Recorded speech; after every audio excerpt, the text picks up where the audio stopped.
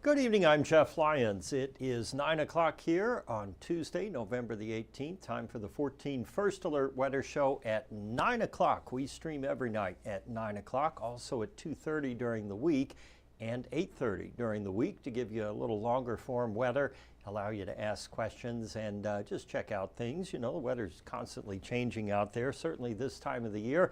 I'm watching your comments on the 14 News Facebook page. So if you have any thoughts there you want to share, you can put them on and we'll check those out in just a little bit.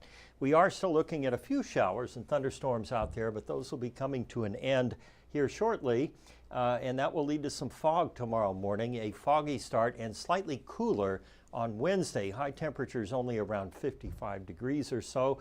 And then we tee up yet another round of rain and thunderstorms Thursday, Friday. Heavy rainfall may be the concern there. At the moment, we have that line of storms pretty much where the models placed it yesterday, right along the Ohio River. The good news here is that we've not had any severe weather in the tri-state despite that first alert weather day. Most of the action was centered over southern Illinois and far western Kentucky. All of that has dived down to the south. I think you can see it down here if we move a little bit. This cell was producing severe weather earlier.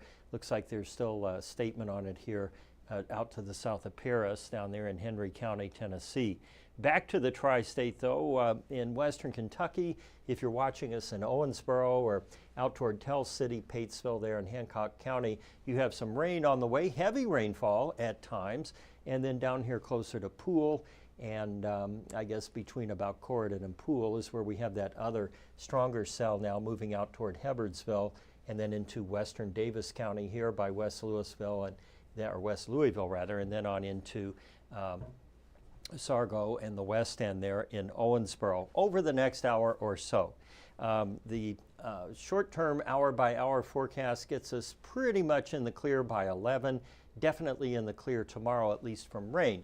Now there will be some fog and cloudy skies for most of the day Wednesday, so not exactly you know, a stellar November day like we had yesterday. You can see the fog rolling in already there in Owensboro. Our temperature in Evansville at 55. We got a little lightning there in the background in Owensboro right now too, so still some thunderstorms. We started the day at 45 degrees and got all the way up to 57 this afternoon. But after that, we've kind of languished here in the 50s. Our temperatures are running about 7 degrees warmer than normal. I'm sorry, we've warmed 7 degrees from yesterday. Bowling Green really shot up there, 22 degrees, and their temperature is still running about 12 degrees above average. So that warm front kind of right in here where you see these really big warm-ups from yesterday's temperatures. The degrees from normal high were a couple degrees above that, much above along the Tennessee-Kentucky border. So we added in, at least as of 4:30, about a half an inch of rain at Evansville Regional. Now we have picked up more rainfall. I did not add that to the graphic here yet because it's still raining, but we have had now about a half an inch of rain for the month, and I suspect here at the station we probably picked up at least another quarter to half an inch of rain, so an inch overall. Your commute forecast tomorrow, as I mentioned, fog will be a concern. Already we're seeing fog out there now, and visibilities will continue to drop overnight. The latest fog forecast here showing some fog. Well, it was showing fog. I guess it gave up on the fog. All right, well, we'll just move right along. I'm telling you, though, there's going to be fog in the morning. I don't care what the model says. High pressure will continue to move across Michigan into Lake Huron and pull that wind in from the northeast. Meanwhile, the cold front moves out. We get that cloudy day tomorrow, then more rain starting to churn in here on Thursday night and Friday. And that will likely come with some thunderstorms as well, especially with a warm front in play. Typically, you know, an old friend of mine, one of the old meteorologist guys out there, once said, never trust a warm front. And there couldn't be better advice. Oftentimes you'll get these little spin-up tornadoes or severe thunderstorms along the warm front because you got to remember the air is moving back toward the low, so it induces a little bit of spin or shear sometimes along a warm front. Doesn't mean every warm front will produce tornadoes, by the way. It's just that if you're going to have one, like one of these little random spin-ups, oftentimes there's a warm front lurking about. For Friday afternoon and evening, we have rain continuing to move in. By Saturday, the cold front then chokes off the moisture supply, and we dry out then for Sunday. We get some sunshine in there. Monday, we are back to clouds and then rain returning with the next system on Tuesday and Wednesday. Now we're looking way out here on the GFS model, so really anything beyond Monday, grain of salt time. But I did want to show you something kind of interesting.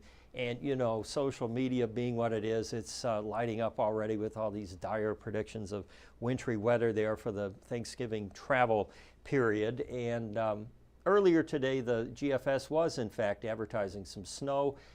It still is showing at least the potential for snow out in the Appalachians and possibly across the tri-state. But that is 10, almost 11 days from now. So don't freak out on that one just yet. But I did want to make you aware that the models anyway were showing that, but we really need to just kind of stick with our own backyard here for now and worry about the next several days. Temperatures are going to peak again on Friday around 64. That's when that warm front lifts to the north, so we have all this Gulf warm tropical moisture coming up, and then over the weekend we're still above normal with temperatures in the lower 60s. For tonight, down to 49 degrees. Tomorrow, and patchy fog. Tomorrow up to 60 with mostly cloudy skies, but a south wind to warm us up. And then our next rain chances there, double-barreled Thursday, Friday, tapering off before sunrise Saturday, so mainly dry, definitely dry Sunday, and most of Monday, before we get into Tuesday next week. Temperature outlook through the 2nd of December showing still above normal. However, we're kind of losing ground, and we will likely make a shift at some point into cooler than normal weather in that first couple of weeks of December, and wetter than normal too. Our pet pick tonight, this is Nadia on the beach. You see that sand back there? Maybe you can't see that very well. Karen Mora sent this picture, and Nadia looks thrilled to be on the beach. Who wouldn't be thrilled to be on the beach? Couldn't we all go to the beach? Maybe we'll hitch a ride with Nadia next time. All right, let's have a look at your comments and questions and concerns here, if there are any, and we'll get that rolling here. All right. 1 inch at Bossy Field. William Raleigh lives nearby here, so he's picked up a decent amount of rain. That's what I estimated there with what came down. Jeff Miller saying 1 inch of rain at Savaw. Zach Seats, is next week going to be complete washout of rain, or will it be off and on periods of rain? I think Monday will be dry. Tuesday, Wednesday had the potential to be rainy days in there, and then beyond that, I'm not really going to say, because the model, I've watched it, watch each one that comes in, and they've all kind of had their own spin and flip on it. So it's certainly possible to get rain next week, but I wouldn't say that that's an absolute cinch. Jeanette Rice is thankful we didn't get severe weather. Well, me too. I like it when we just get regular old rain, and we need the rain, to keep things growing out there. While we're on the subject here of rain and winter and longer range, let's talk a bit about the difference between El Nino and La Nina.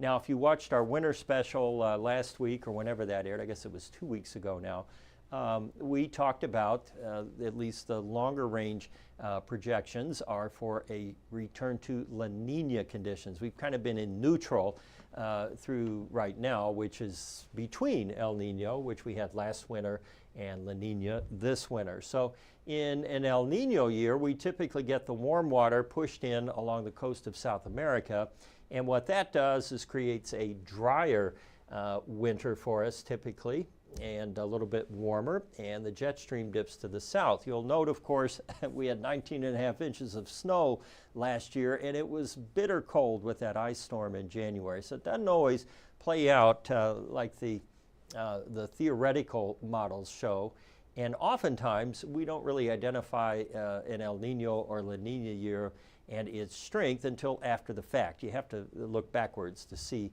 how it played out.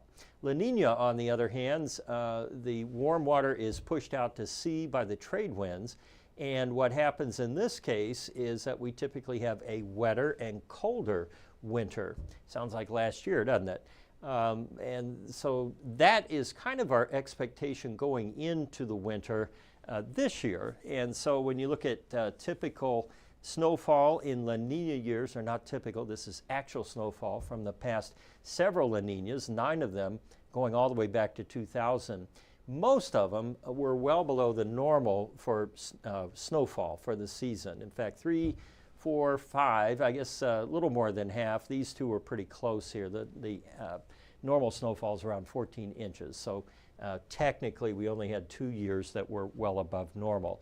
And the other thing that may be in play here, especially if things warm up in the upper atmosphere, is we may get a visit from the polar vortex, or that big surge of cold air that comes down from the poles. And we talked about this last night, how typically the cold air is kind of confined to the poles by the jet stream. But if something disrupts it, like warm air aloft or change, excuse me, I'll tell you, this show, I'm either burping or sneezing. I don't know what it is. Maybe it's the content, and maybe it's the deliverer of the content that's we're making us all sneeze and itch, and maybe burp and other things. Anyway, it's always on this graphic too. I think I had the same problem last night. But anyway, the polar jet, if it is drawn down by weather patterns over North America here, which would be either warming air aloft or storm system moving in off the Pacific or what have you, then we get a big dose of very cold air, so frigid, well below average air in the area. And we saw one of those in January last year, coincident with our ice storm. So, how the La Nina plays into, the appearance of the polar vortex, there are question marks about that, and it doesn't always play out the same way every time. So the bottom line here is that, at least from our forecast perspective, here at 14 News, we're looking ahead to a potentially snowier and colder, wetter winter than average as we move ahead. Oh, aren't you glad you stuck around to hear that one?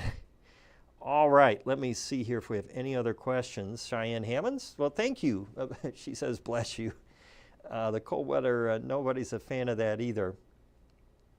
William Raleigh, I found out that the freighter Carl D. Bradley sunk today back in the 60s, I believe. That is true, up on the Great Lakes, right? And if memory serves, that catastrophe was even worse than the Edmund Fitzgerald, if I'm thinking of the same one. Actually, Aaron Santini, the afternoon guy at Wiki, program director there, he and I are friends and have talked, and he actually served on a maritime vessel when he was a younger man, and he talked about his hometown in Michigan was where this freighter, I think, originated or left from, but anyway, many people there were killed in that event, if that's what I'm thinking of. All right, I think we got everybody answered here, so that's good. I appreciate you watching the First Alert Weather Show at 9. I'll have an update, of course, on the forecast on 14 News at 10 o'clock. And remember, Michael Fecka will be here now Wednesday, Thursday, and Friday nights while I work on my Out and About project during the days and get a little time off during the evenings. So I will see you on 14 News at 10, and then tomorrow at the normal times there at 4, 5, and 6. Thanks for watching. Stay safe. Have a good night.